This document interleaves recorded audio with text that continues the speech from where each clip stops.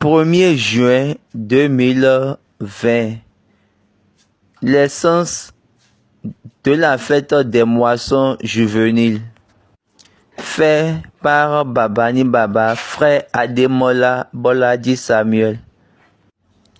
Nous remercions Dieu pour cette opportunité. Nous remercions Dieu pour ce jour. Je lui serai reconnaissant pour tout ce qu'il nous a fait. Aujourd'hui, c'est un jour, l'un des jours spéciaux pour cette apparition. Et de là, nous avons l'occasion d'en discuter de quelque chose qui concerne ou qui touche notre vie. Quand je dis quelque chose qui touche sa vie, qui touche la vie, je suis en train de dire que c'est un sujet qui nous concerne, nous, tant que individuellement et collectivement. La fête des moissons juvéniles.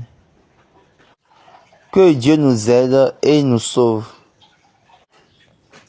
En toute vérité, ou en vérité, Dieu a sa propre manière dès le commencement, dès le début. Il sait ce qu'il veut et il sait comment il va faire pour avoir ce qu'il veut. Plutôt comment il veut cette chose pour qu'elle soit. Dieu connaît exactement comment l'homme sera et quel choix serait pour lui. Et de là, il a décidé, je ferai certaines choses dans la volonté de mon Père. Il a créé l'homme. Il n'a pas créé l'homme comme un enfant, mais il a créé l'homme comme un homme. L'homme est venu comme un homme. Mais en Dieu, il y a quelque chose qui n'hésiterait de voir pour toutes les choses qu'il a créées. La seule chose ou les deux choses pour lesquelles il n'a pas dit assez de choses. Donc, les deux choses sur lesquelles il n'avait pas trop parlé, c'était la lumière et l'étendue. On a dit, Dieu a vu que la lumière était bonne. Et il n'a même pas béni. Il a juste appelé la lumière jour et la nuit les ténèbres. Et dans l'étendue par laquelle il a séparé les eaux des eaux. Et il a également dit que c'est bon. Quand il a commencé par dire aux eaux de venir ensemble et de faire sortir, en voulant faire sortir la terre. Et quand on a la terre, quand les herbes, les plantes se sont sortis de la terre, il a commencé par bénir. Donc, à partir de ce moment, c'est comme un commerce. C'est dans le commerce de la reproduction. De produire ou de donner naissance que la terre produise de la verdure, que l'eau remplisse. De là, Dieu a commencé par dire ses intentions. Et il a commencé par travailler suivant une ligne de reproduction. Maintenant, quand il a créé l'homme, quand il a donné naissance à l'homme, il les a créés en tant que mâle et femelle. Il les a créés suivant de cette manière que que ces bénédictions seront à eux. Et de là, il les a dit, soyez féconds, multipliez et remplissez la terre. La fécondité en l'homme, c'est donner naissance aux enfants. C'est d'avoir des enfants. La multiplication dans l'homme, c'est d'être continuel. Et la continuité par la génération, de la génération. La continuité de la génération. En laissant d'héritage, la génération ancienne va laisser d'héritage aux enfants. Et de là, eux-mêmes seront féconds. Soyez fécond veut dire, toi, il faut donner des enfants, c'est-à-dire donner naissance aux enfants. Multiplier. La multiplication, c'est de donner, c'est de laisser l'héritage de l'essence, de l'être, pour qu'il soit toujours continuel. C'est pourquoi on a dit à Abraham, je te bénirai et je multiplierai ta postérité. Toi et ta postérité. Ta postérité est l'essence de ton existence. L'essence de ton existence sera également multipliée et remplira la terre. Remplir la terre, ça veut dire toutes choses qui vont seront convergées vers eux. Remplir la terre, c'est-à-dire faire que l'environnement, la nature soit beau.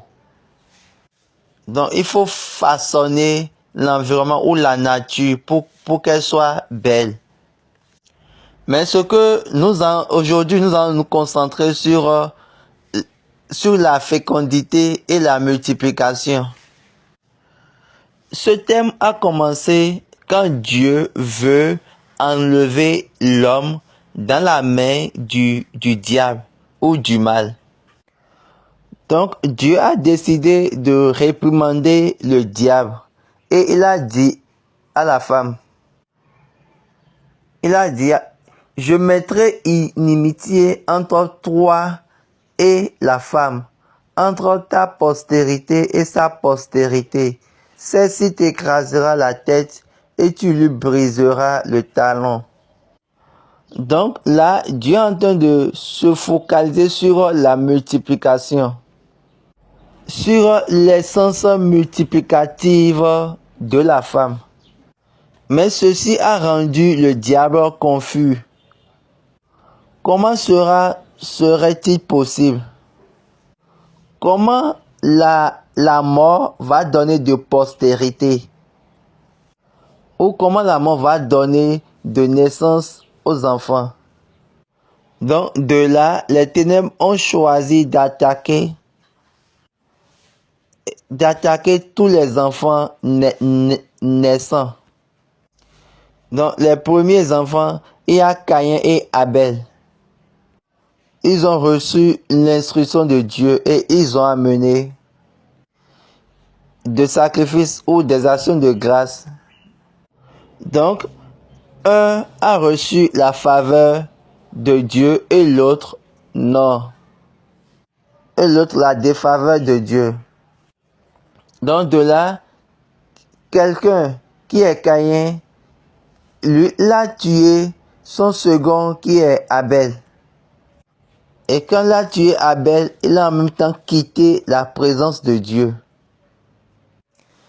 La fête des moissons juvéniles a commencé par Caïn et Abel. Ils étaient des juvéniles dès le commencement.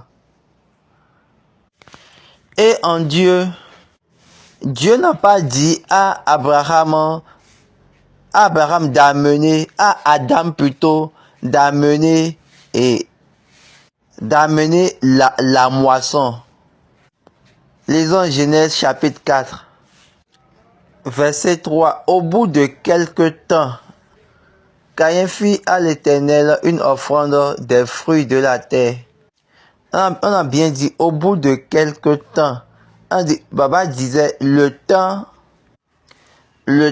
a commencé. Écoutez bien ce que Dieu a dit. Lisons Genèse 8, verset 12. Tant que la terre subsistera, les semailles et la moisson, le froid, la chaleur, l'été, l'hiver, le jour et la nuit ne cesseront point. Donc, là, vous allez savoir que les choses ont leur temps, mais également la semence ou la semence aussi, ou la postérité aussi a son temps. Donc, au temps de la graine, qu'est-ce qui s'est passé? Au bout de quelque temps, Caïn fit à l'Éternel une offrande. Donc là, il y a la moisson. Ils sont appelés pour la moisson. L'appel à la moisson. Pour l'appel à la moisson, Dieu les a donné des instructions. Ainsi, ils sont appelés pour la moisson. Donc, en ce moment, Adam et Ève n'étaient pas là. Si vous vous rappelez bien, ils se sont croisés encore et puis ils ont donné naissance à Seth. Donc, en ce moment-là, Adam et Ève n'étaient pas encore morts. Donc, et c'est après, si vous vous rappelez bien, ils ont donné naissance à Seth. Donc, au bout de quelque temps, Dieu a appelé vite les enfants pour la moisson. Et de là, nous allons commencer par suivre bien l'ordre. Les parents ont péché, ont offensé Dieu. Regardez la mentalité de la femme quand elle a donné naissance à Caïn. Exode 4, verset 1. Genèse 4, verset 1. Adam connut Ève, sa femme. Elle conçut et enfanta Caïn et elle dit, j'ai formé un homme avec l'aide de Dieu. Elle enfanta encore son frère Abel. Abel fut berger et Caïn fut laboureur. Donc Abel aussi a son interprétation, sa signification. Regardez, pour Caïn, Ève a dit, j'ai reçu un homme de Dieu, à l'aide de Dieu. Ça, c'est l'interprétation de Caïn. Et regardez cette chose. La personne qu'on a appelée l'homme de Dieu, il est devenu maintenant l'homme du diable. Quand on était à l'école, on nous enseignait qu'il y a les jumeaux. Même s'ils sont des jumeaux, ils ne sont pas les mêmes choses. Et disons, est-ce que c'est pour cette raison qu'ils n'ont aucune mentalité pour Abel? Mais ils ont dit à Caïn, j'ai reçu un homme de Dieu. Donc ils ont reçu un premier homme de Dieu. Et ça, ce n'est pas le thème que je veux développer maintenant. Ève a dit, j'ai reçu un homme de Dieu. Et dans le processus du temps, donc avec le temps, Caïn fut laboureur, c'est-à-dire il travaille la terre. Mais Abel fut berger. Donc Abel gardait les troupeaux. Caïn travaille la terre. Et au bout du temps, la première moisson pour laquelle Dieu a appelé, c'est la moisson des enfants. Adam était là, Ève était là, mais Dieu ne voulait récupérer aucune chose d'eux. Mais la première fois, est-ce que vous savez quand Dieu dit la première fois, ce que ça signifie. Hébreux chapitre 11 nous a dit, verset 4. C'est par la foi qu'Abel offrit à Dieu un sacrifice plus excellent que celui de Caïn. C'est par elle qu'il fut déclaré juste, Dieu approuvant ses offrandes, et c'est par elle qu'il parle encore, quoique mort. Donc, Baba disait, donc par la foi, Abel a offert plutôt. Dieu, c'est un Dieu juste. Dieu avait dit que la foi vient de ce qu'on entend. Et ce qu'on entend vient de la parole de Dieu. Donc, Dieu a parlé. Donc, savez ceci, Dieu n'a pas parlé uniquement à Abel. Dieu a parlé aux deux. Il a parlé à Abel et à Caïn. Apportez-moi de sacrifice. Apportez-moi un sacrifice, ce que moi je veux. Là, il faut noter cette chose.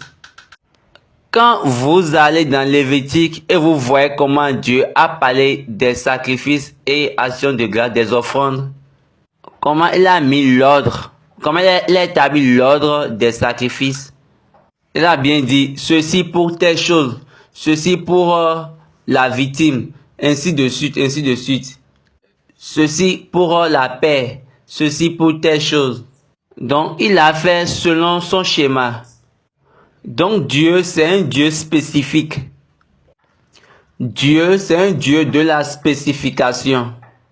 Donc, il a appelé les deux, Caïn et Abel. Pourquoi on a dit que Abel a fait par la foi? Parce que Abel a écouté Dieu. Mais Caïn, lui, il a amené selon son cœur. Il a dit, par exemple, comment je serai laboureur et je vais amener et j'irai chez Abel pour prendre un bébé pour venir donner ça à Dieu. Moi, je ne suis pas intéressé. C'est Caïn qui parlait ainsi. Donc, c'est ce que moi, je vais faire ça. C'est ce que je ferai. Je vais amener ce que j'ai. Et si tu ne veux pas prendre, c'est ton affaire. Action de grâce à Dieu. Toute chose que vous voulez amener pour la moisson, ce n'est pas à vous de décider. C'est à Dieu de déterminer ce que tu dois amener. Regardez, c'est la première moisson. Hébreu nous a dit, par la foi vient de ce qu'on entend, et ce qu'on entend vient de la parole de Dieu. Hébreu 4 nous a dit que c'est par la foi qu'Abel offrit à Dieu un sacrifice plus excellent que celui de Caïn. Qu'est-ce que cela signifie? Donc, quand Caïn a amené ce qu'il veut à Dieu, Dieu a regardé bien la chose et a dit, ça c'est ton problème, ce n'est pas mon problème. Et il a dit à Abel, toi je t'accepte à cause de ton obéissance. À cause de ton obéissance, moi j'accepte ton sacrifice. Et il a dit à Caïn, toi je te déteste à cause de ta désobéissance. Et de là, ton sacrifice n'a aucune valeur devant moi. Donc, le diable a utilisé cela comme il a échoué à un test. Donc, je suis que il y aura pas de postérité pour toi. Et de là, il a fait que Caïn a tué Abel. Il a fait que Caïn tue Abel. Et de là, Caïn a quitté la présence de Dieu. Et de là, la multiplication d'Adam a pris fin. Et après cela, Dieu a encore donné grâce à Adam et Ève d'avoir un autre enfant. Et c'est de là ils ont donné naissance à Seth. Maintenant, quelle est l'interprétation de Seth? Lisons Genèse 4, verset 25. Adam connut encore sa femme. Elle enfanta un fils et l'appela du nom de Seth. Car, dit-elle, Dieu m'a donné un autre fils à la place d'Abel que Caïn a tué. Donc, la version anglaise a parlé de la postérité ou de la graine. Donc, elle va dire, après avoir conçu Seth, Dieu m'a donné une autre postérité ou graine à la place d'Abel. Donc, ça dit que le principe de Dieu qui parle de la multiplication, je vais te multiplier et ta postérité aussi sera multipliée. Donc, l'intention de Dieu était, je vais multiplier l'obéissance. Donc, l'intention de Dieu est celle-ci, ça devient une graine ou une postérité quand il y a l'obéissance. Mais quand il n'y a pas l'obéissance, c'est-à-dire quand il y a la désobéissance, ça devient quelque chose, moi je ne sais même pas comment je vais l'appeler. Donc c'est une graine ou une postérité quand il y a l'obéissance. Est-ce que vous comprenez? Est-ce que vous voyez? Donc c'est pourquoi il a dit, au bout de quelque temps, le temps pour la graine,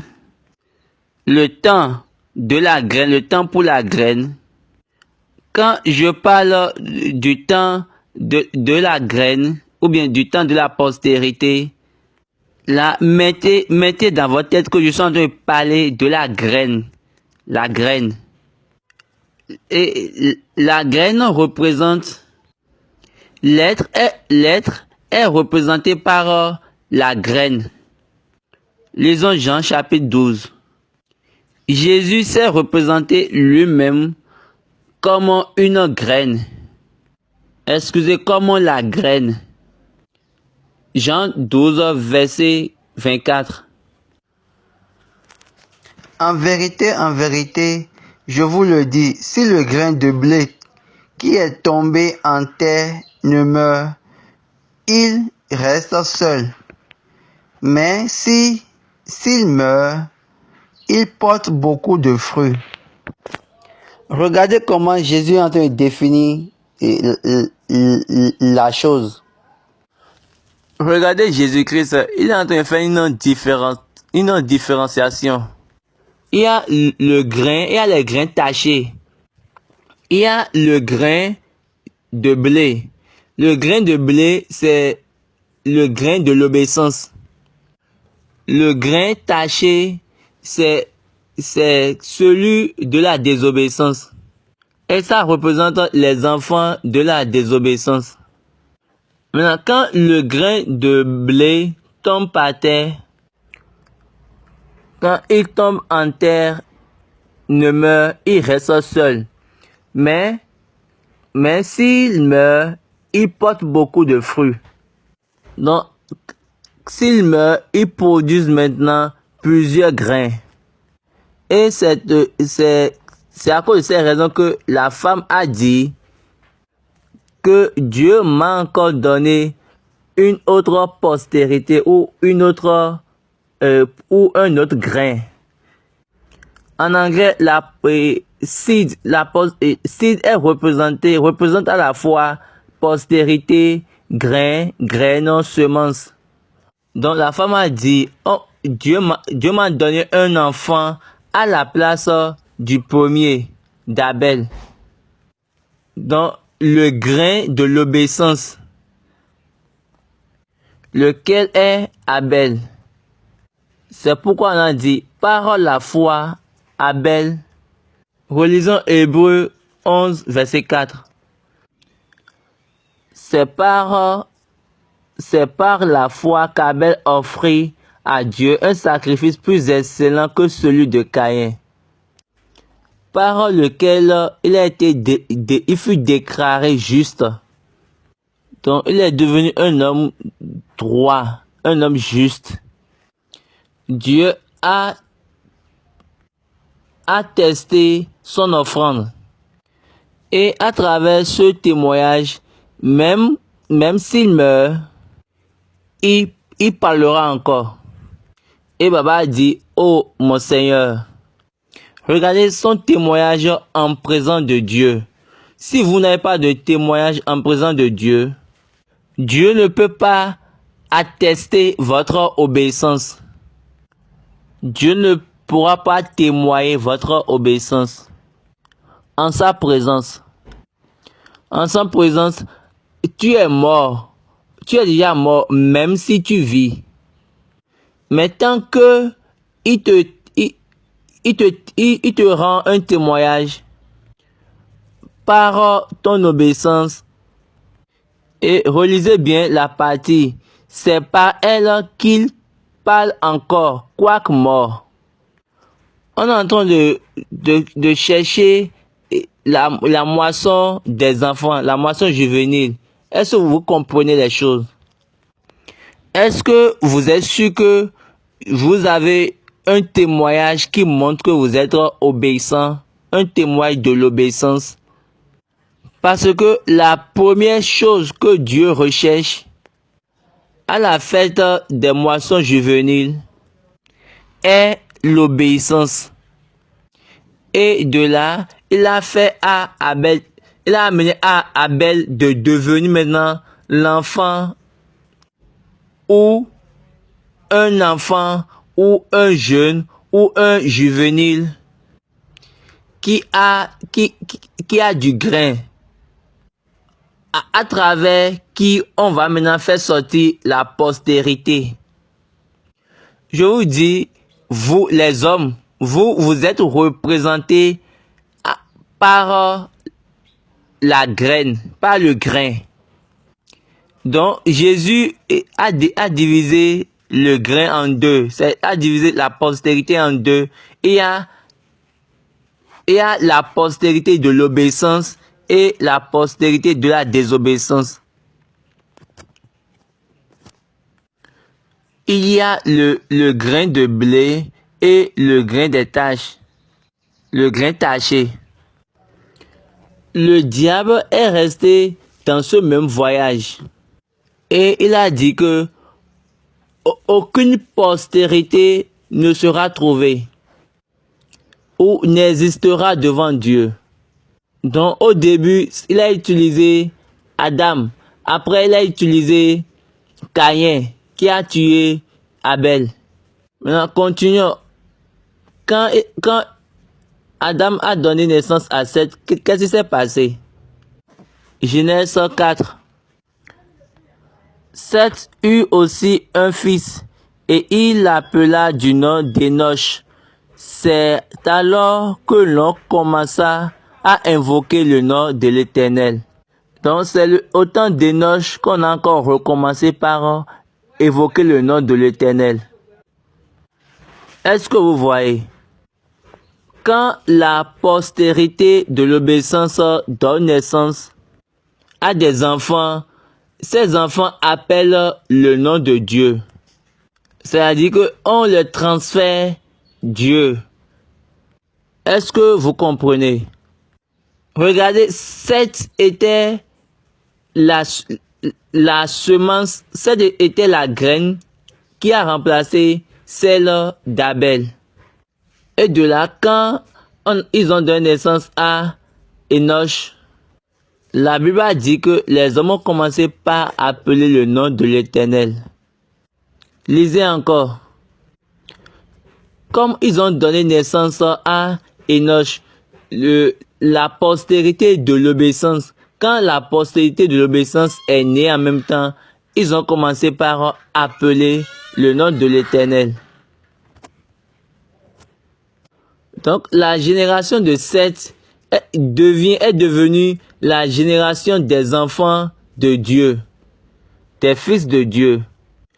N'oubliez pas, toujours au même chapitre 4, Genèse 4, quand Caïn a quitté la présence de Dieu, qu'est-ce qui s'est passé?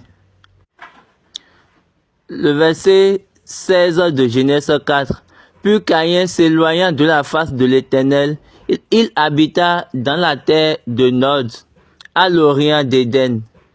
Caïn connut sa femme, elle conçut et enfanta Enoch. Il bâtit ensuite une ville et il donna à cette ville le nom de son fils Enoch. Vous voyez, Caïn a donné naissance à Enoch. Seth a donné naissance à Enoch. Abel a donné à son, je dis Abel. Seth a donné à son fils le nom d'Enoch, alors que Caïn a donné à son fils le nom d'Enoch. Et Baba disait, quelle est cette affaire-là? Donc le diable sait ce qui est à vous. Vous pouvez imaginer. Est-ce que vous pouvez imaginer si Abel avait un enfant, comment on va appeler son nom? Les noms sont similaires, ce qui montre qu'ils ont quitté les mêmes entrailles. Mais le diable savait ce qu'il voulait. Seth a commencé par donner naissance aux enfants d'obéissance. Tandis que Caïn, de son côté, a commencé par donner naissance aux enfants de la désobéissance. Les enfants de Seth ont commencé par se multiplier. Donc, le diable avait, les enfants de Caïn, le diable avait besoin de quelque chose pour pouvoir polluer. Et parce que le diable sait que tant que les enfants de Dieu vont évoluer dans l'obéissance, si les enfants de Dieu restent dans l'obéissance, ça veut dire quoi? Ce qu'il avait fait, ce que le diable avait fait à Éden, dans le jardin d'Éden, va prendre fin. Donc, il avait besoin de se marier à eux. Il avait besoin d'introduire quelque chose en eux. Mais allons dans Genèse verset 6. Genèse chapitre 6 plutôt. Lorsque les hommes eurent commencé à se multiplier sur la surface de la terre et que des filles leur furent nées, les fils de Dieu virent que les filles des hommes étaient belles et ils en prirent pour femmes parmi toutes celles qui choisirent. Donc l'intention du diable, c'était de polluer les grains de Dieu, le grain de Dieu. Autrement dit, pour incorporer la désobéissance dans les enfants de Dieu. Introduire la désobéissance dans la nature de l'obéissance ou dans la race de l'obéissance. Quand les fils de Dieu, ils ont vu les filles des hommes, ils ont vu les filles de la désobéissance. Il y a des gens, certaines histoires qui parlent des anges à ce niveau. Certaines personnes parlent des anges à ce niveau. Ici, ce n'est pas affaire d'ange. Parce que Hébreux chapitre 1 nous a dit, lequel des anges Dieu a dit, je suis le Père. Hébreux 1 verset 5. Car aucun des anges Dieu a-t-il jamais dit, tu es mon fils, je t'ai engendré aujourd'hui, et encore je serai pour lui un père, et il sera pour moi un fils. Donc Dieu n'a jamais été le père d'un ange, de n'importe quel ange. Il y a d'autres personnes qui disent qu'il y a les anges fils, ou bien les anges enfants. Il n'y a qu'un ange enfant ou fils en Dieu, ni dans les cieux, ni sur la terre, excepté le diable que Dieu a déjà fait tomber. Ici, on est en train de parler. Maintenant, Dieu est en train de parler des hommes maintenant. Les enfants, les fils de l'obéissance et les fils de la désobéissance. Là, c'est le deuxième niveau. C'est le deuxième niveau que le diable a encore touché son plan. Donc, la mentalité du diable était, je ferai ça pour pouvoir bien tuer les enfants de Dieu. Donc, Dieu l'attendait. Qu'est-ce que Dieu a dit dans Genèse chapitre 6? Et Alors l'Éternel dit, mon esprit ne restera pas à toujours dans l'homme, car l'homme n'est que chair, et ses jours seront de 120 ans. Donc au temps de leur père, ils ont 600 ans, 700, 800. Maintenant, vous, Dieu a divisé et a réduit à cause des mariages mixtes. Quelle vie malheureuse. Ça, c'est encore une autre intention du diable. Donc, l'intention de Dieu, c'est de tuer l'homme. Donc, il avait reçu et il a tué un homme. Donc, lui, il pense que quand il va tuer l'homme, il n'y aura plus d'hommes. Donc, il n'y aura plus d'hommes sur la terre. Donc, Dieu a dit, d'accord, il n'y a pas de problème. Je vais te montrer qu'il y a vraiment Dieu. Donc, la décision du Satan est celle-ci. Il a dit, j'ai besoin de confondre la postérité de Dieu. Et de là, je vais commencer par hériter Dieu. Je vais commencer par mettre Dieu en colère. À travers la désobéissance. Et de là, quels que soient les problèmes, Dieu a commencé par confondre, Dieu a commencé par chercher et des arguments pour pouvoir s'en sortir des problèmes.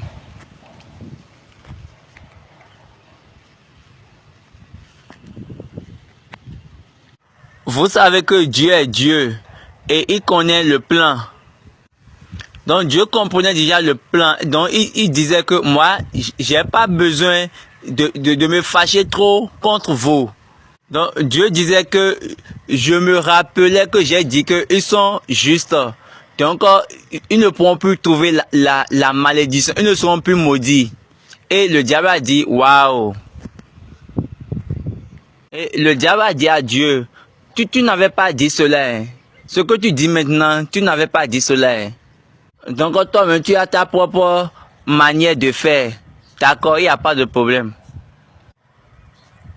Et moi, je vais aussi continuer. Lisons maintenant.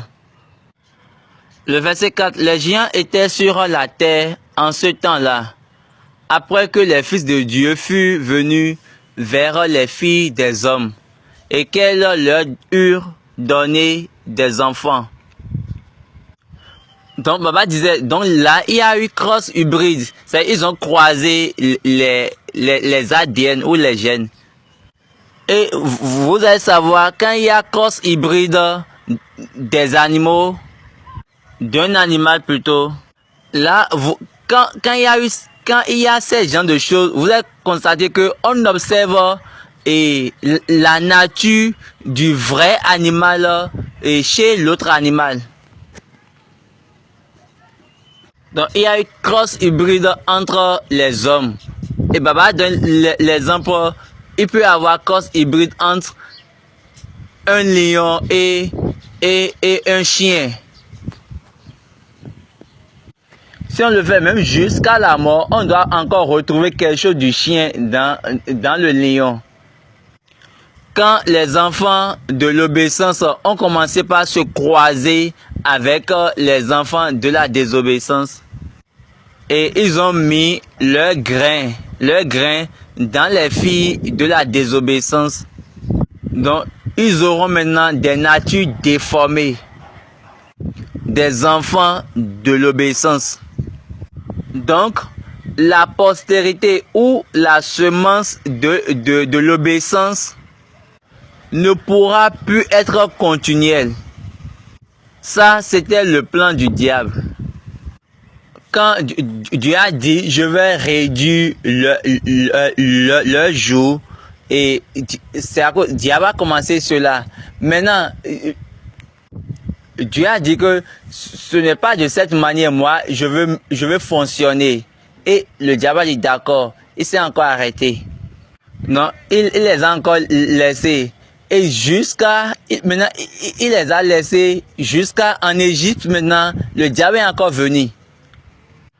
Donc, le diable a laissé aussi son plan jusqu'à ce que les enfants d'Israël jusqu'au temps où les enfants d'Israël sont en Égypte. Lisons Exode 1, verset 7. Les enfants d'Israël furent féconds et multiplièrent, ils s'accrurent et devinrent de plus en plus puissants. Et le pays en fut rempli. Il s'éleva sur l'Égypte un nouveau roi qui n'avait point connu Joseph. Il dit à son peuple, voilà les enfants d'Israël qui forment un peu plus nombreux et plus puissants que nous. Alors montrons-nous habiles à son égard, empêchons qu'ils ne s'accroissent. Et que s'il survient une guerre, ils ne se joignent à nos ennemis pour nous combattre et sortir ensuite du pays. Le verset 15. Et le roi d'Égypte parla aussi aux sages femmes des Hébreux, nommées l'une Shira et l'autre Puah. Donc après toutes ces souffrances, Pharaon a touché maintenant ceux qui sont au service de la reproduction, de la multiplication. Il leur dit, quand vous accoucherez les femmes des Hébreux et que vous les verrez sur les sièges, si c'est un garçon, faites-le mourir. Si c'est une fille, laissez-la vivre.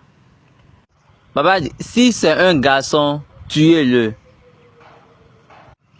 Qu'est-ce que ça veut dire? C'est les garçons qui représentent la postérité, le grain. Donc Dieu m'a donné une postérité pour remplacer Abel. Donc c'est toujours la postérité de l'obéissance. Et ils ont donné naissance à Enoch. Et de là, l'homme a commencé par appeler le nom de Dieu. Quel est le problème là? Les fils de Dieu se sont mélangés avec les hommes, avec les filles des hommes. Et c'est de là, tous les problèmes sont venus. Ce que le roi disait en ce moment, il est en train de faire sortir l'idée du diable. Le roi parlait selon l'esprit du diable. Il a dit, le diable veut que le diable veut tuer l'homme. Il ne veut plus une autre alternative. Il veut la mort de l'homme. Maintenant, Dieu l'a déjà enlevé. Dieu a déjà épargné cela. Maintenant, il est encore revenu pour dire, il faut tuer maintenant tout enfant, tout garçon. Est-ce que vous voyez le voyage des fêtes, de la fête des moissons juvéniles? La première fête des moissons juvéniles. La première fête qu'on a faite à Dieu, en honneur de Dieu, c'est la fête juvénile. Parce que c'est Adam et Ève qui étaient les parents. Et ils ont donné naissance à Caïn et Abel. Donc c'est eux la première assemblée, la première postérité au grain de l'homme en présence de Dieu.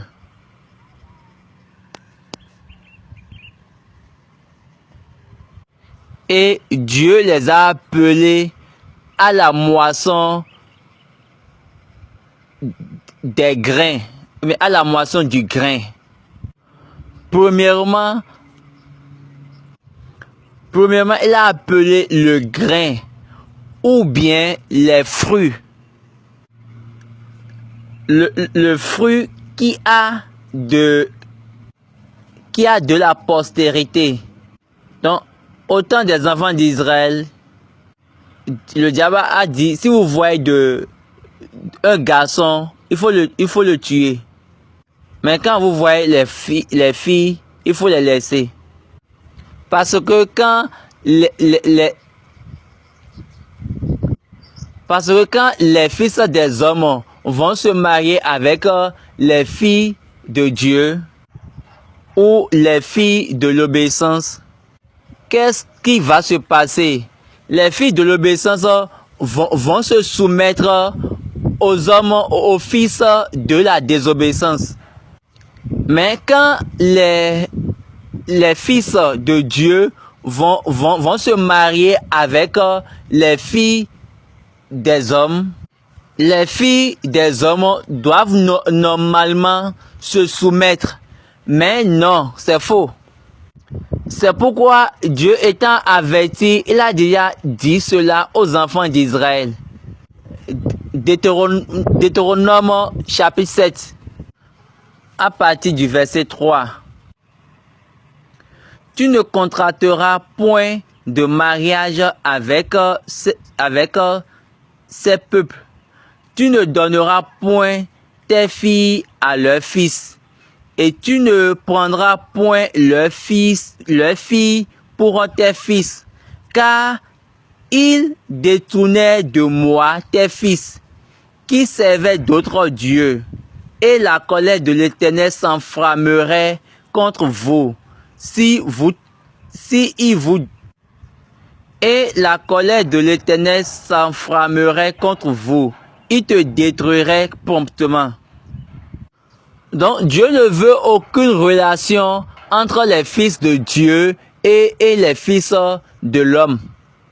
Dieu a bien dit, ne donne pas tes filles à leurs fils.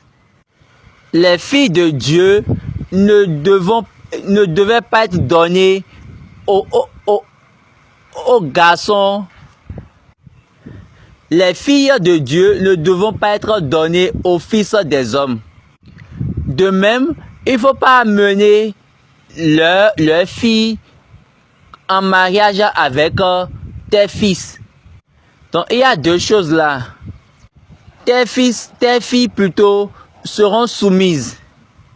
Maintenant, les filles des hommes ne vont pas être soumises à tes fils.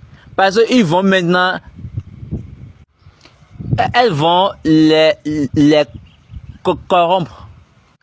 Maintenant, quand tu vas donner tes filles à leurs fils, leurs fils vont opprimer tes filles. Ils vont les obliger à avoir leur mentalité, à avoir leur conscience. De même, ne prends pas leurs filles, n'amène pas leurs filles à se marier avec tes fils. Sinon, ils vont maintenant embrouiller tes filles. Tes fils plutôt. Et ils vont jouer avec tes fils. Elles vont jouer avec tes fils. Regardez bien Dieu. Dieu a pu bien séparer les choses. Il sait que quand tu vas donner tes filles à leurs fils, automatiquement, tu as perdu tes filles. Maintenant, si tu amènes leurs filles à tes fils, ils vont détourner tes fils à leur suivre pour servir ou adorer un autre Dieu. Et Dieu serait en colère contre toi. Oh, waouh! Donc, ils ont pris la décision, là, ils ont dit maintenant de tuer tous les garçons. Mais les 5 femmes, elles n'ont pas tué. Elles ont toujours trouvé des raisons. Revenons à Exode 1, verset 17. Mais les 5 femmes craignirent Dieu et ne firent point ce que leur avait dit le roi d'Égypte. Elles leur laissèrent vivre les enfants. Le verset 20. Dieu fit du bien aux 5 femmes et le peuple multiplia et devint très nombreux. Donc les 5 femmes étant sages, elles n'ont pas suivi l'ordre de Pharaon. Et est-ce que vous comprenez? Pour le même pays Israël, Dieu a dit, faites attention, je ne veux pas que vous mettez d'alliance entre vous et les filles ou bien les fils des hommes. Plusieurs se sont mariés et ils ont perdu Dieu. Regarde, le mariage, c'est l'intention de Dieu. C'est à Dieu de vous donner qui vous devez marier. Même certains parmi vous, même si c'est Dieu qui vous a donné votre femme ou bien c'est Dieu qui vous a donné votre mari. Et si vous voulez être toujours à Dieu, vous avez besoin, quand la femme fait quelque chose pour détourner l'homme ou bien pour séduire l'homme, donc ça veut dire que la semence des filles des hommes est en vous. Ceci, ce n'est pas quelque chose que nous allons prier contre. C'est quelque chose que nous devons examiner. C'est une examination que nous allons faire. Toi, vous êtes femme. Ou toi, tu es une femme. Et tu veux apprendre ton chemin. Ou bien tu veux détourner ton mari. Si Dieu t'a dit que celui-ci est ton mari, donc il faut pas chercher à le détourner. Il faut pas chercher à jouer avec son cœur et la mener, ou bien il faut pas la mener à faire ce que toi tu veux. Toi la femme, il faut juste le suivre. Ce n'est pas que tu vas m'aider pour une autre personne. Toi, tu es là pour m'aider. C'est ton devoir ça, pour m'aider. Pour aider ton mari. Donc, en faisant cela, tu peux maintenant donner naissance aux enfants qui seront maintenant la postérité ou le grain de Dieu. La postérité de Dieu. C'est ce que Malachie a dit. Sinon, si vous faites ainsi, le diable va toujours tourner vers vous, va toujours courir vers vous. Et c'est ça qu'il a fait à la femme. Donc, il est revenu à dire quoi? Il faut en même temps tuer l'homme dès qu'il est enfant, avant qu'il ne devienne maintenant fils.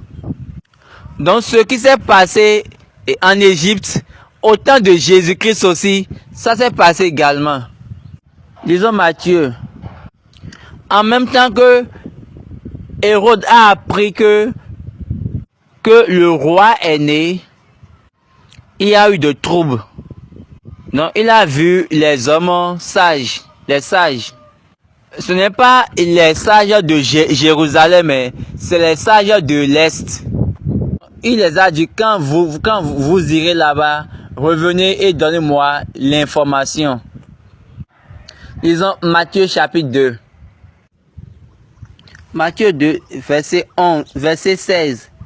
Alors Hérode, voyant qu'il avait été joué par les mages, se mit dans une grande colère et il envoya tuer tous les enfants de 2 ans et au-dessous qui étaient à Bethléem et dans tout son territoire, selon la date dont il s'était soigneusement enquis auprès des mages. Donc, vous avez appris qu'il y a un enfant qui a été né, qui est né plus tôt. Donc, il faut tuer tous les enfants. Donc, au temps d'Israël, il y a un dit quoi? De tuer tous les enfants. C'est supposé de tuer tous les enfants. Maintenant, de même, ici, au temps de Jésus-Christ, maintenant, il y a des enfants qui ont perdu leur vie. Donc, le nombre d'enfants tués était vraiment nombreux. Et Jésus a dit quelque chose dans Matthieu. Genèse. Matthieu 18, verset 10. Gardez-vous de mépriser un seul de ces petits, car je vous dis que leurs anges dans les cieux voient continuellement la face de mon Père qui est dans les cieux.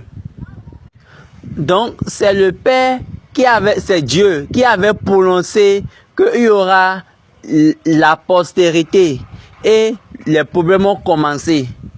Ok, nous ne voulons pas aller trop dans la Bible. Maintenant, revenons encore. Je pense que par ces illustrations, vous avez au moins reçu 2 ou 3 choses, ou 5 choses. Et je suis très sûr, comme je suis en train de le dire, la fête des moissons juvéniles, elle est venue premièrement selon la Bible. C'est le fruit de la postérité qui a la semence ou qui a le grain en lui. Donc c'est ce fruit-là qui est appelé pour la moisson. Écoutez bien cette ligne. C'était le fruit.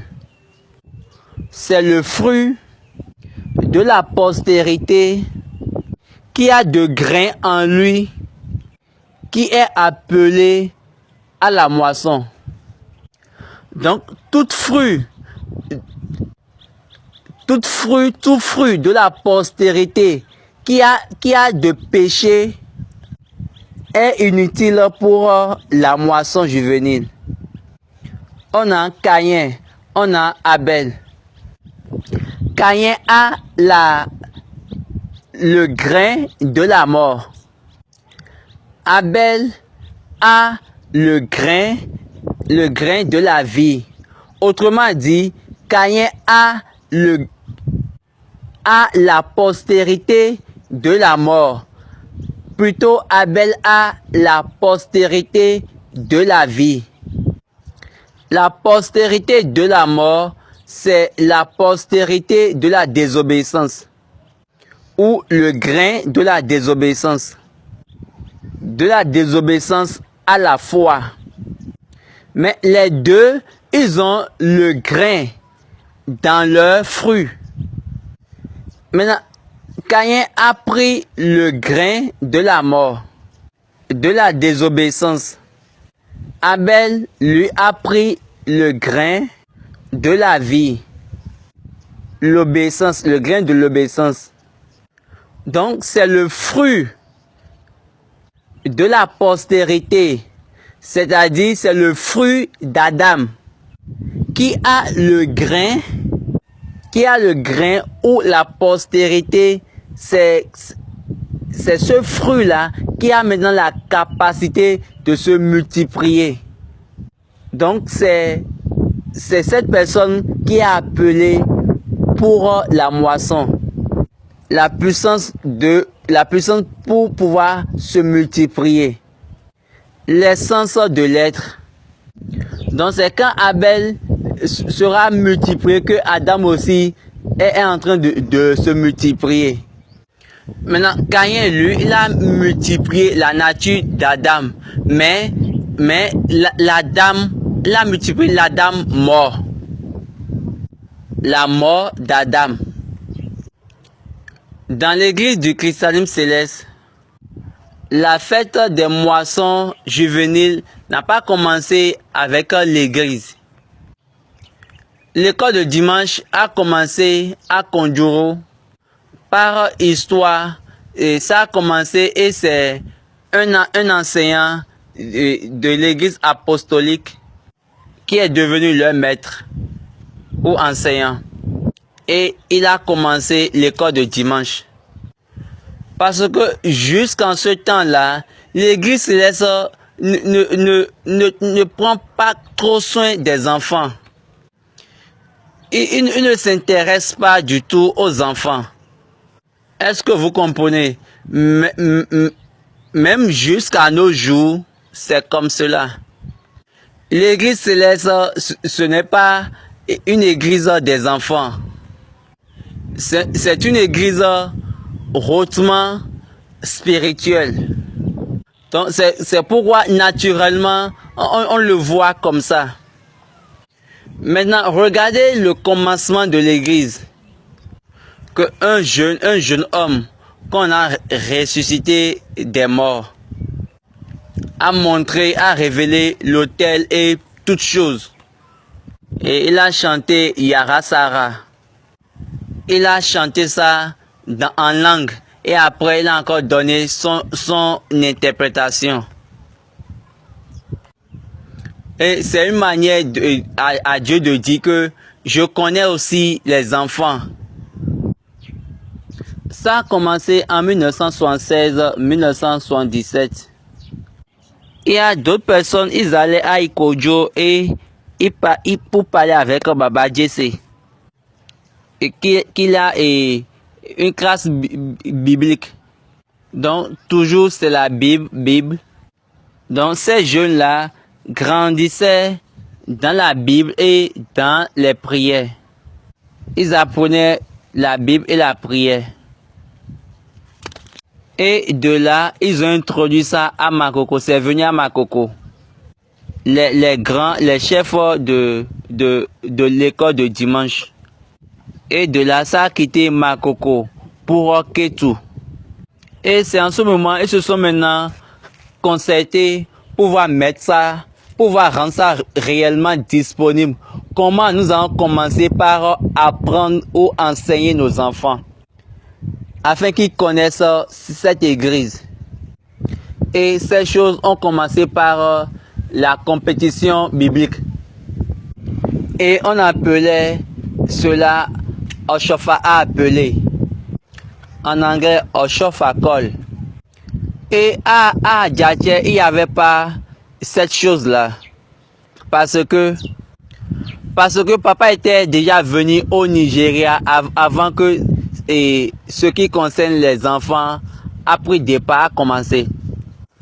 C'était Papa Bada, après la mort de Papa Oshofa, qui a convaincu Papa Agba aussi. Et ces deux-là, eux aussi, ils ont commencé la fête des moissons juvéniles. Je pense 1987. Donc quand eux étaient en train de fêter le 30e anniversaire des fêtes de moisson, le Nigeria fêtait déjà le 40e ou le 41e anniversaire des fêtes des moissons juvéniles. Maintenant, mettons l'église céleste et la Bible ensemble. La fête des moissons juvéniles, c'est dans la Bible. L'école de dimanche, c'est pour l'église du christianisme céleste. Quand ils ont instruit papa pour la fête des moissons juvéniles, donc c'est quelque chose nous allons maintenant nous asseoir et regarder pour dire comment nous allons le faire. La moisson est venue à travers l'appel de Dieu. L'appel de Dieu, Dieu a appelé ses fruits qui ont de la postérité en eux, ou qui ont du grain en eux. Quand il m'a été donné, ou bien quand on m'a étudié, quand on m'a enseigné cela, j'ai enseigné explicitement parce que les fruits n'ont pas les mêmes valeurs. Le travail de ces fruits ne seront jamais les mêmes. Donc quand nous allons mettre toutes ces choses-là ensemble, les fruits n'ont pas les mêmes valeurs. De même, on ne peut pas trouver les mêmes travaux en eux. Vous savez, le comité d'organisation des fêtes des moissons viendra et va dire que chaque enfant doit payer, par exemple, 2 mineras. Et de là, les grands vont payer 10 mineras. Et après, les membres du comité vont payer tel montant. Je vous dis, c'est faux, c'est non. Si vous payez 2000 aux enfants, ça veut dire quoi? Vous les faites et ils vont donner la même valeur. Regardez bien ce schéma. Ils étaient tous les enfants d'Israël. Les enfants de Jacob, de Ruben au Benjamin, à Benjamin. Mais chaque postérité, chaque grain d'eux, ils se sont inclinés à Joseph. Ruben était le premier-né. Mais les autres enfants ne se sont pas prosternés ou inclinés à lui.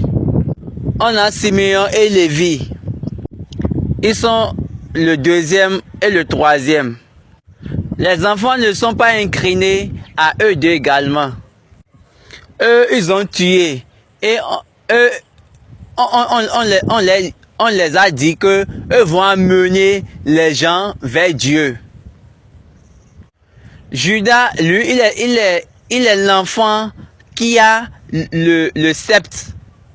Quand vous voyez tous les enfants, chacun d'eux ont leur symbole et les symboles sont différents. Donc chacun d'eux ont leur valeur. Quand vous allez comprendre jusqu'à ce niveau, là vous ne ferez plus de peine.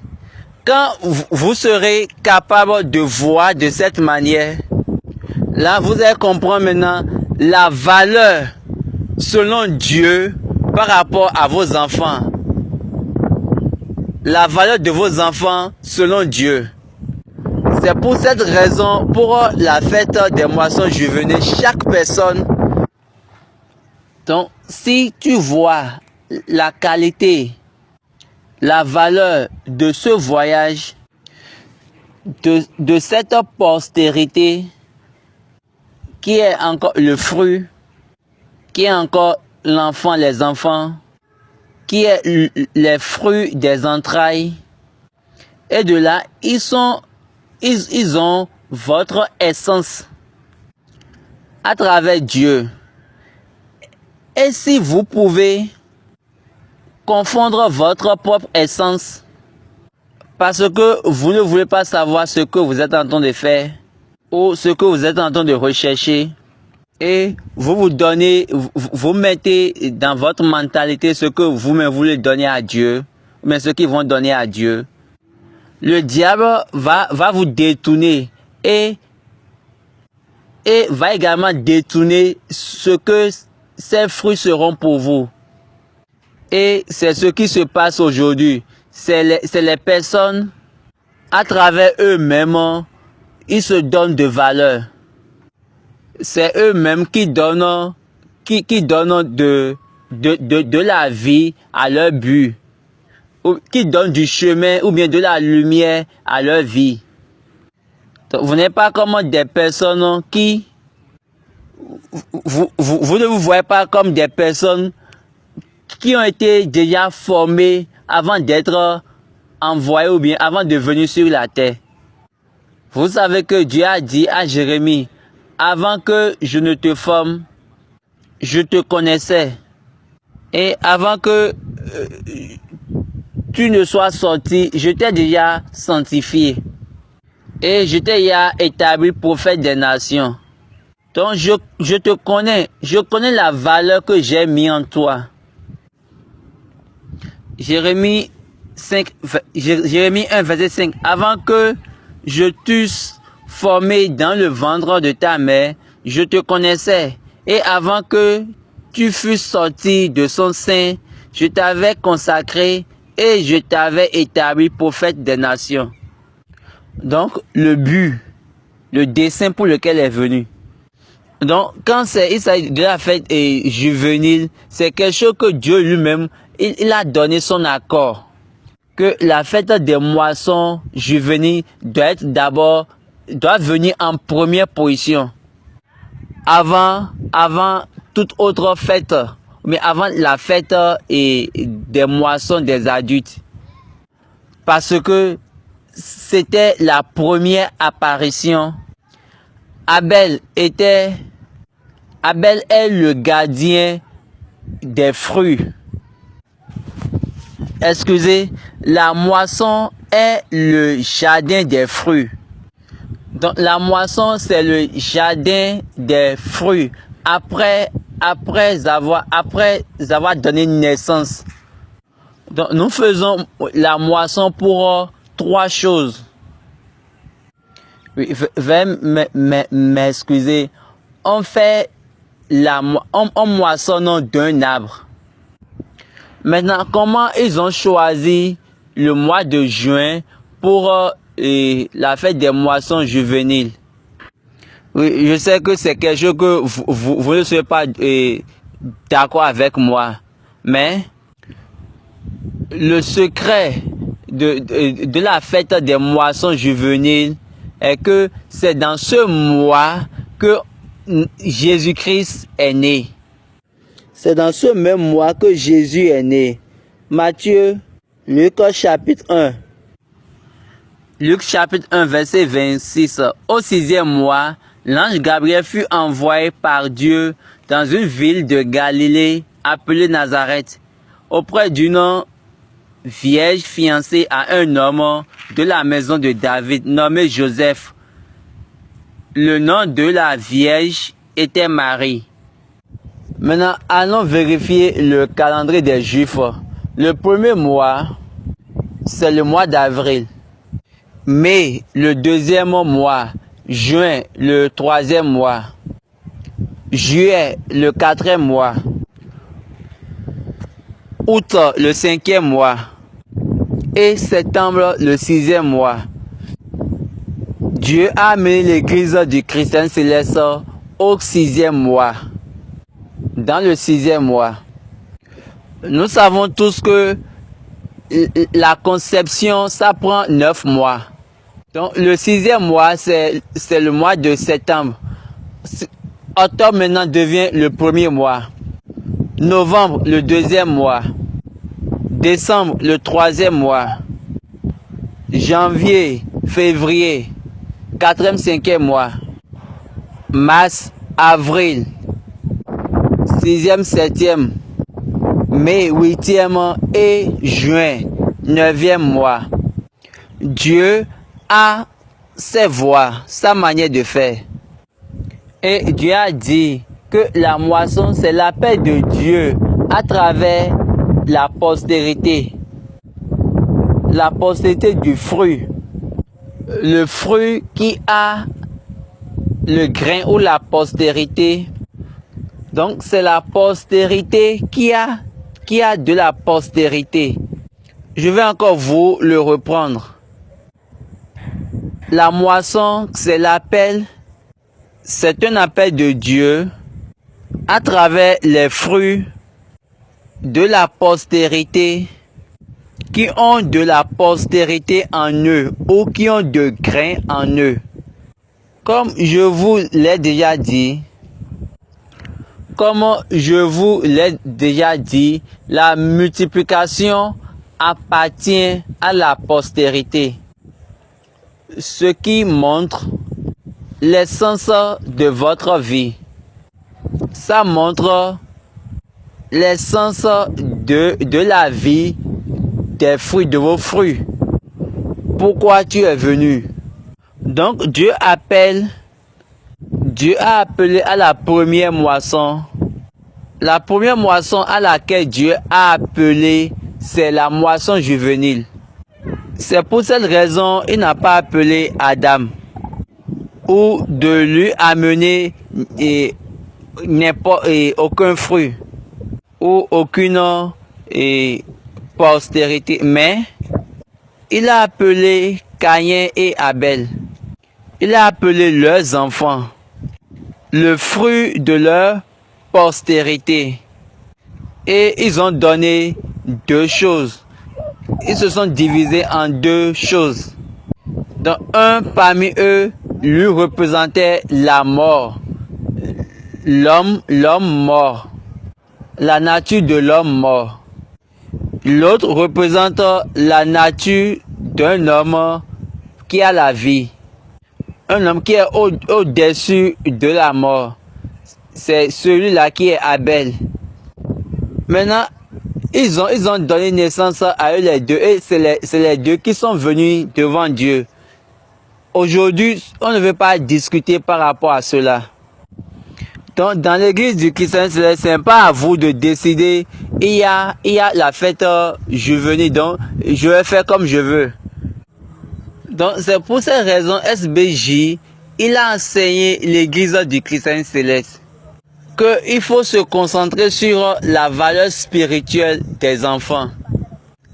Luc chapitre 1, verset 26. Au 6e mois, l'ange Gabriel fut envoyé par Dieu dans une ville de Galilée appelé Nazareth, auprès d'une vierge fiancée à un homme de la maison de David nommé Joseph. Le nom de la vierge était Marie. Donc là, dans la Bible, c'était le calendrier des Juifs. Ce n'est pas le calendrier grégorien. Ils ont parlé du 6e mois. Le premier mois, selon le calendrier des Juifs, c'est avril. Donc, on a avril, mai, juin, juillet, août, septembre.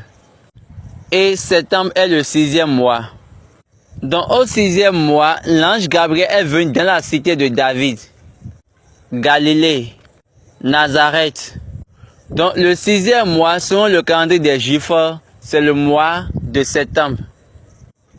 Et Dieu a encore amené cette église en septembre.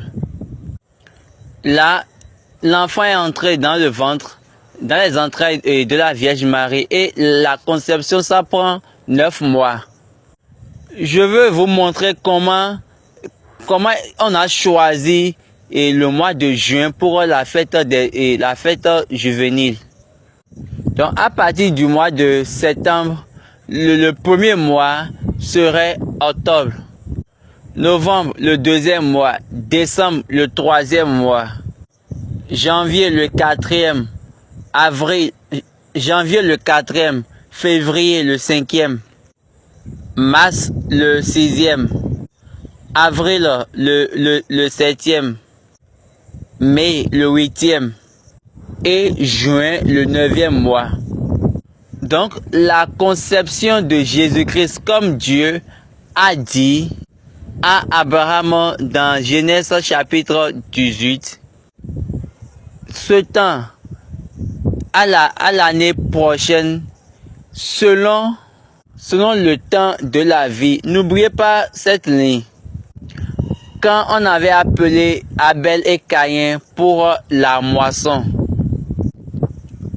l'Éternel dit à Abraham, pourquoi donc Sarah a-t-elle ri en disant, est-ce vraiment j'aurai un enfant, moi qui suis vieille, et a-t-il rien qui soit étonnant de la part de l'Éternel? Autant fixé, je reviendrai vers toi à cette même époque, et Sarah aura un fils. Donc là, ils ont dit autant fixé. Je vous ai dit que avant, on avait parlé du temps de la graine, du temps de la semence. Donc la graine aussi a son temps. Ce temps-là, c'est le temps qui a rapport à la moisson juvénile. Regardez, et quand Salomon parlait des temps, des époques, Ecclésiaste chapitre 3, il y a un temps pour tout, un temps pour toutes choses sous les cieux, un temps pour naître. Donc là, on parle du temps de la semence, le temps de la moisson. Quand nous regardons bien, il a dit un temps pour naître, un temps pour mourir, un temps pour planter et un temps pour arracher ce qui a été planté. Et après, il est venu, il a dit un temps pour tuer, un temps pour guérir. Donc s'il n'y avait pas le temps de la moisson, il n'allait pas dire un temps pour planter et un temps pour arracher. Donc quand il finit, après avoir dit un temps pour naître, un temps pour mourir, il va en même temps venir dire un temps pour tuer et un temps pour guérir. Parce que la postérité, la graine doit d'abord mourir. Jean a dit quelque chose Jésus a dit quelque chose dans Jean chapitre 12. En vérité, je vous le dis, si le grain de blé qui est tombé en terre ne meurt, il ne reste seul. Il reste seul. Mais s'il meurt, il porte beaucoup de fruits. Donc, continuons toujours avec Ecclésiaste, avec les temps. Un temps pour abattre et un temps pour bâtir. Un temps pour pleurer et un temps pour rire.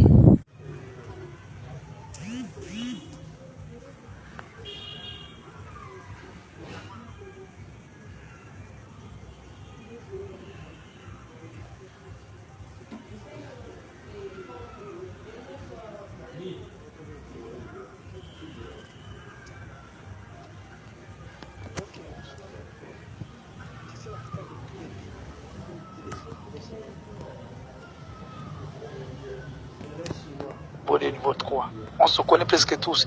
C'est que ce soit à Cotonou, à Porto-Nouveau, à Parakou, à Djougou, partout. C'est ainsi que je t'ai posé la question. Parce que c'est également essentiel que nous nous connaissons et nous faisons comme aussi la personne que nous connaissons. Oui. Tu sais, la plupart de tous les Béninois ou bien les autres qui sont dans le groupe, ils ont suivi niveau 1, niveau 2, niveau 3. On se connaît presque tous. C'est que ce soit à Cotonou, à Porto-Nouveau, à Parakou, à Djougou, partout. C'est ainsi que je t'ai posé la question. Parce que c'est également essentiel que nous nous connaissons et nous faisons comme aussi la personne que nous connaissons. Oui. Oui, voilà. Je peux dire à quelqu'un qui est à Cotonou, je connais telle personne. Parce que tous ceux qui sont à Cotonou, qui sont dans le groupe, ils ont suivi tous les programmes. Le programme de formation, lis le message que je t'ai envoyé au-dessus et tout expliqué dedans.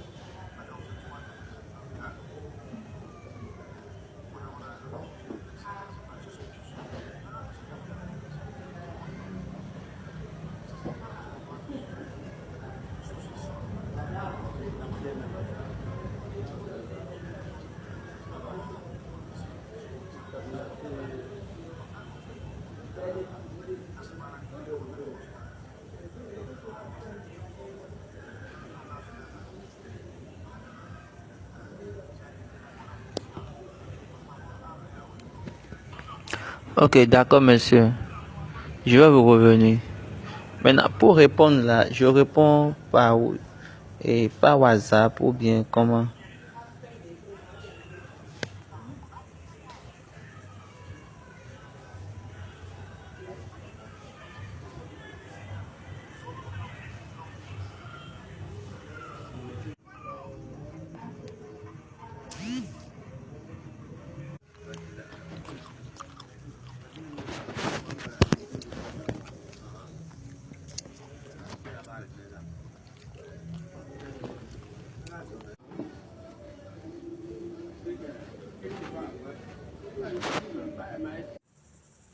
Oui, excusez pour le bruit. Il y a un temps pour pleurer et un temps pour rire.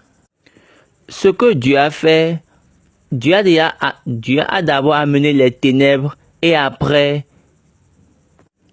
la lumière. Maintenant, s'il arrive et on appelle d'abord la lumière après les ténèbres, alors là, vous êtes en train de changer le temps de la moisson et le temps de la graine. Ou vous êtes en train de changer le temps de la moisson et le temps de la semence. Pour mieux comprendre, lisons Somme 30, verset 5. Car sa colère dure un instant, mais sa grâce toute la vie. Le soir arrive l'épreuve et le matin l'allégresse. La première époque, le premier temps, le temps des pleurs, le temps de la semence, c'est la nuit. Donc, on ne peut jamais trouver d'abord la lumière et la lumière après les ténèbres. C'est toujours les ténèbres et après la lumière. Mais je sais que les gens diront ce qu'ils veulent. Mais la vérité de Dieu, elle est la même et elle demeure. Donc, j'ai déjà montré comment on a amené le mois de juin. De septembre à juin, ça fait 9 mois. Revenons encore dans Genèse 18. Dieu a dit à Sarah, le verset 9. Alors, ils lui dirent, où est Sarah, ta femme? Il répondit, elle est là, dans la tente. L'un d'eux dit, c'est Dieu qui est en train de parler. Je reviendrai vers toi à cette même époque. Et voici, Sarah, ta femme, aura un fils. Donc, on a dit, selon le temps de la vie. C'est ça, la version anglaise a dit. le temps de la vie ou l'époque de la vie. Donc, selon la période de la moisson. Donc, le temps de la semence jusqu'à la moisson. Le temps de la semence et le temps de la moisson. Je vais encore revenir là pour vous. Maintenant, quand Dieu a dit ça, lorsque Dieu a dit cela, donc, en même temps que Dieu a parlé, c'est comme si c'est déjà fait. Donc, quand Dieu a parlé en même temps, la postérité est devenue vivante dans le ventre de Sarah, dans le corps, dans le système du corps de Sarah. Et elle va prendre 9 mois. C'est pour ces raisons qu'on a appelé Jésus-Christ la postérité d'Abraham. Jésus, la postérité d'Abraham. Dieu a compris ce qu'il voulait. Donc, on a donné naissance à Jésus-Christ. Donc, ils se sont mis en accord. Il a dit, ainsi qu'il soit. Donc, et c'était en septembre. Donc, en juin,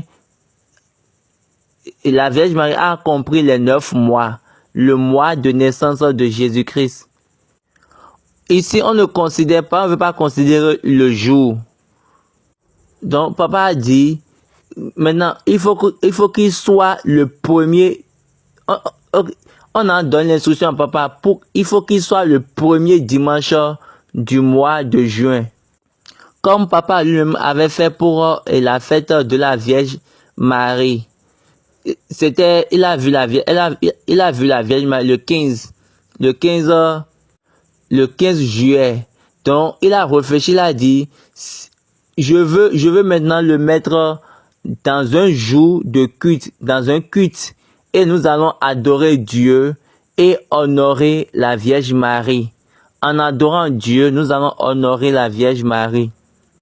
Donc, quand il a vu la Vierge Marie le 15 juillet, il a dit, si on va maintenir le 15 juillet de chaque année, ça peut tomber sur lundi, les jours ouvrables. Donc, si ça tombe sur les jours ouvrables, plusieurs ne seront pas à l'église. Ou bien, ça veut dire que nous voulons adorer la Vierge Marie. Donc, il a réfléchi, il a dit non.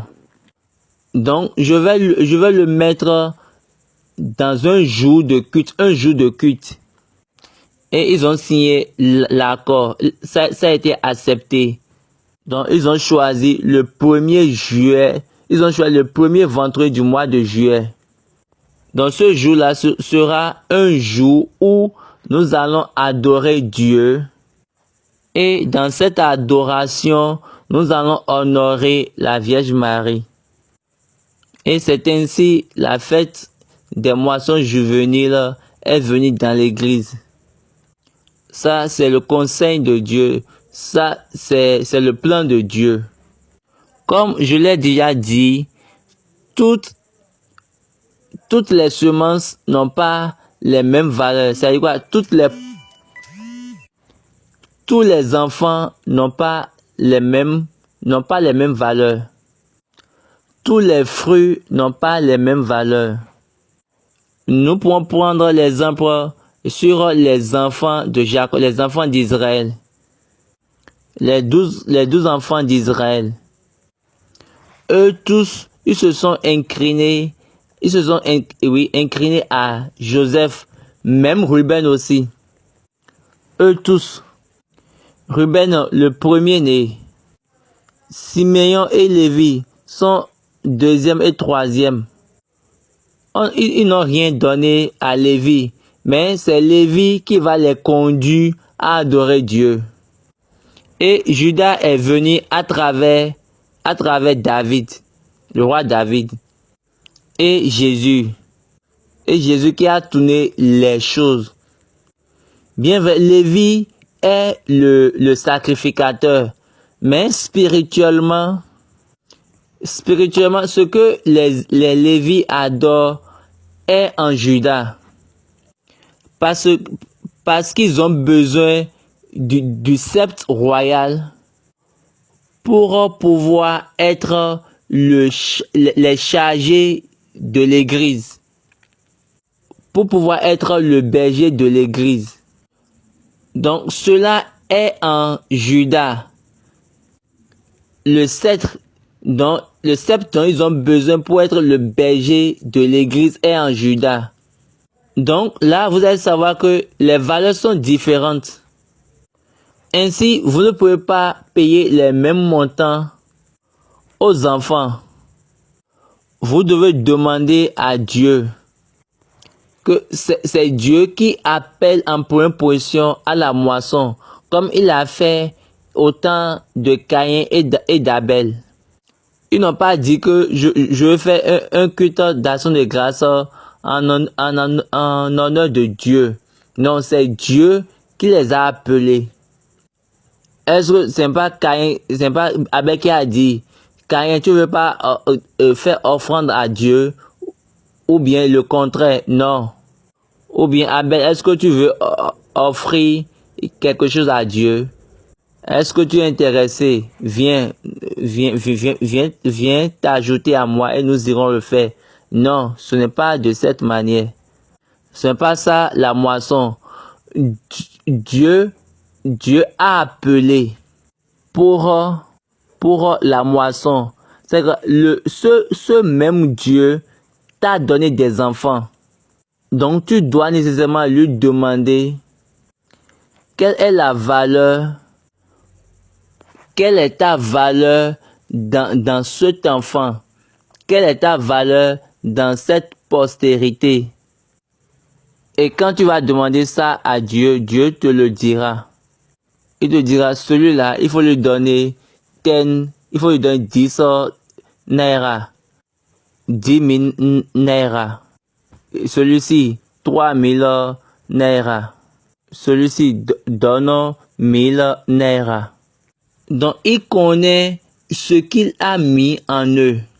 Ce qu'il a en eux. Donc, Dieu n'a jamais créé et nous aurons la même valeur. Et de même, ils ne pourront pas avoir la même gloire. Donc, Esau et Jacob, quelle que soit la situation, là, c'est de cette manière Dieu veut. C'est de cette manière Dieu a fait ces choses.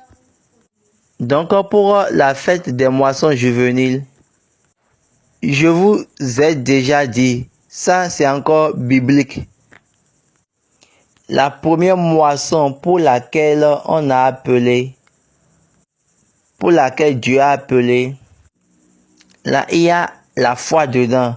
Donc, vous êtes là pour pouvoir amener ce que Dieu a dit.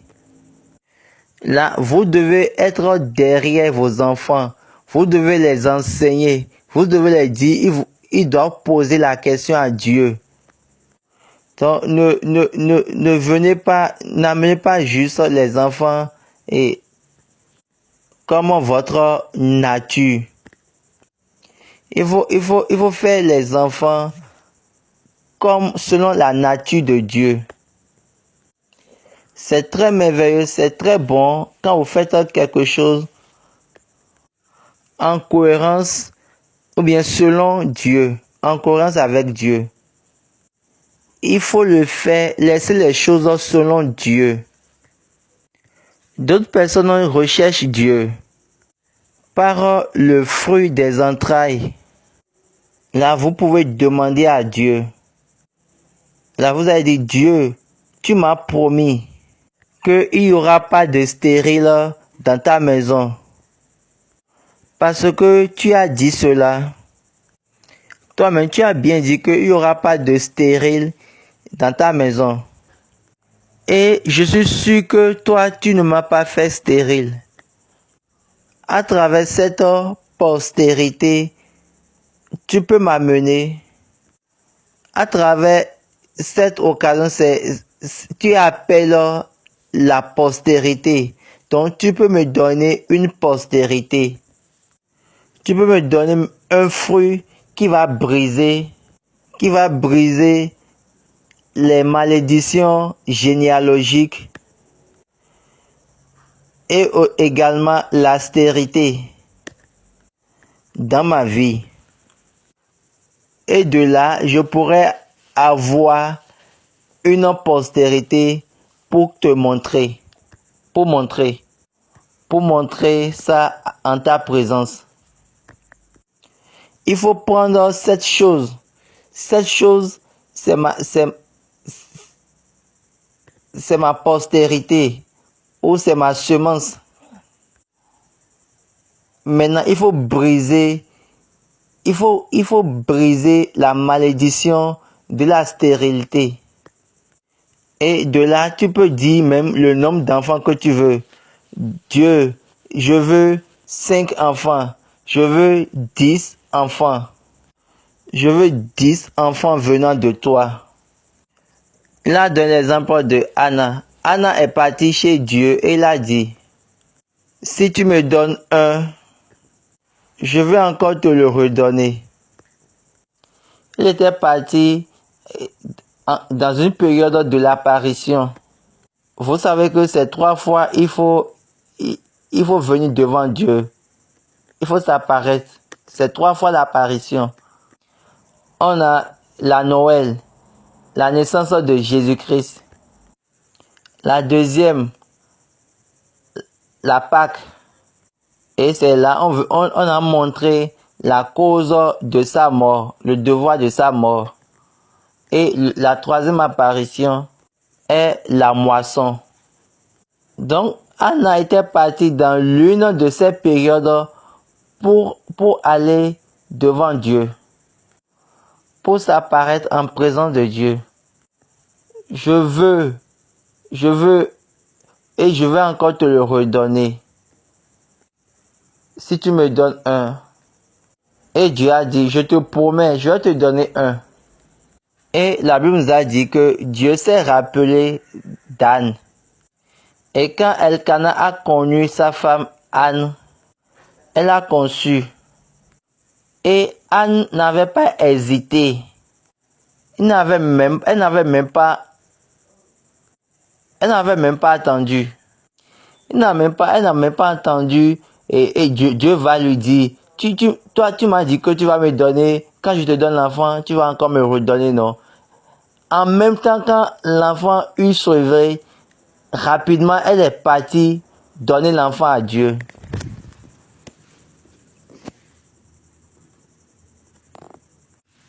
Donc, elle est venue à dire, c'est ce que j'ai dit. Je t'ai dit, quand tu me donnes, je vais encore te le redonner. Donc, elle a donné plutôt Samuel à Dieu. Et Samuel était pour Dieu.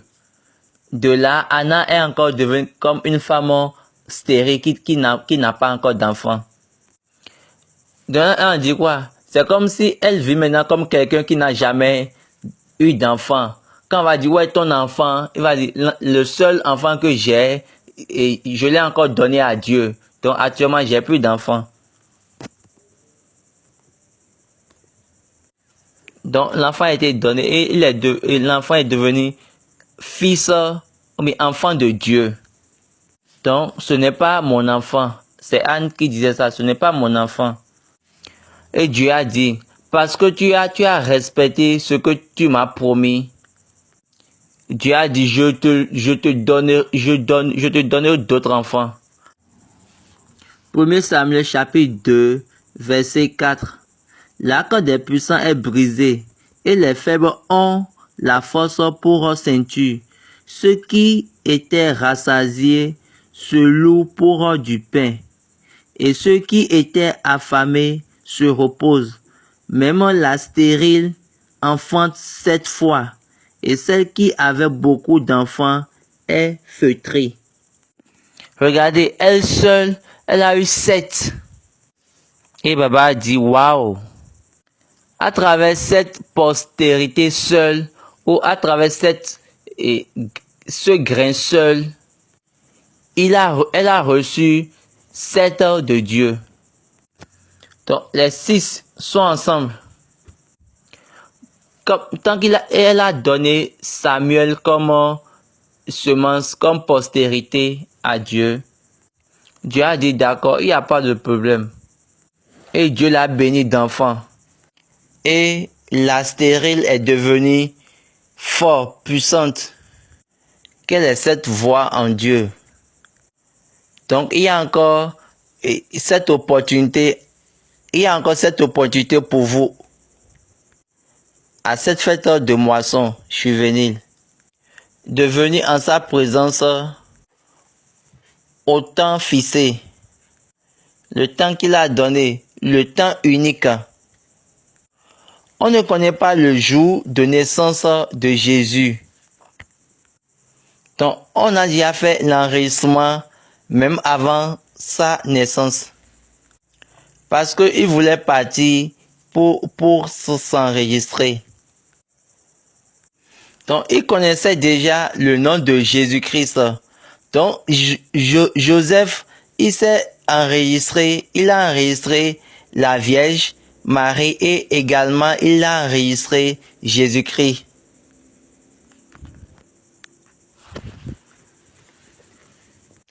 Et c'est au plus dans 2 semaines, l'enfant était né.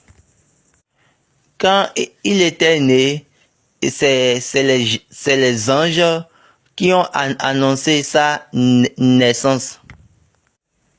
Et les mages étaient venus. Ils étaient venus parce qu'ils ont vu l'étoile et ils ont interprété, ils ont compris. Mais ils ne savaient pas là où se trouve l'étoile. Et Dieu a dit, et c'est maintenant comme cela. Maintenant, Dieu a donné la grâce au fondateur de l'église, Papa Oshofa, de mettre le temps pour la fête des moissons, juvéniles. Je suis sûr que vous êtes sages et plusieurs d'entre vous sont sages. Vous allez interpréter ces choses, vous allez réévaluer votre vie et également la vie de vos enfants. Et de là, vous allez maintenant leur ramener, vous allez les ramener ce qu'ils avaient perdu. Et je vous fais cette prière, quel que soit ce qu'ils ont perdu dans leur vie, je prie. Tant que vous allez célébrer la fête juvénile de cette année, je suis en train de vous dire la vérité. Cette année, c'est une année sanctifiée. Dieu a dit à tout le monde, allez rester dans vos maisons. Le comité, la congrégation, l'assemblée, tout. Dieu a arrêté tout. Vous allez à l'église pour encore appeler le nom du diable contre le diable. Vous allez à l'église et vous faites encore plusieurs d'autres choses. Dieu a arrêté toutes ces choses-là. De là, vous allez rester dans vos maisons pour pouvoir réingérer votre mentalité pour le but pour lequel vous avez été créé. Corona, c'est une pandémie qui va encore passer. Et je vous dis, vous devez vous tous aller laisser les stériles venir devant Dieu à travers la postérité. Vous pouvez dire à Dieu, comme Anne a dit à Dieu pour Samuel, si tu me donnes un enfant, je vais encore te le ramener. Il faut être sûr que tu vas vraiment ramener ça. Sinon, tu auras l'enfant. Tu l'auras. Parce que il sait, et la personne, il sait, parce qu'il sait ce qu'il va te donner. Quelle que soit la postérité que tu as, si la postérité de ta vie, si vous le dites ça et il vous donne et vous le ramenez vraiment, c'est à vous-même de décider maintenant combien d'enfants vous voulez de Dieu. Et il va encore vous les donner. Que Dieu nous aide. Amen. Et qui nous garde.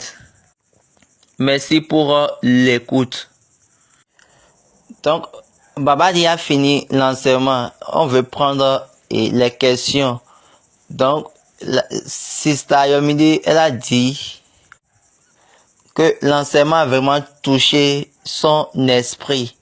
Maintenant, si vous avez des questions, vous pouvez les poser. Donc, quelqu'un a posé une question, il veut savoir quel est le rôle des chargés, ou bien quel est le rôle du chargé dans la fête des moissons juvéniles. Ça, c'est ma question. Si Baba pouvait m'aider à trouver une réponse, ça me fera plaisir. Le frère de Marie également a une question. Ma question est par rapport à cette chose. Chaque enfant a sa valeur, ou chaque postérité a sa valeur. Et les parents doivent payer la participation, le montant de chaque enfant selon leur postérité dans la fête juvénile, dans la fête des moissons juvéniles. Maintenant, s'ils paient pour la fête des moissons juvéniles, est-ce qu'ils paieront également pour la fête des moissons des adultes? Olusho Abia Joshua veut savoir quelle est la différence entre le montant payé pour la moisson et Alaga.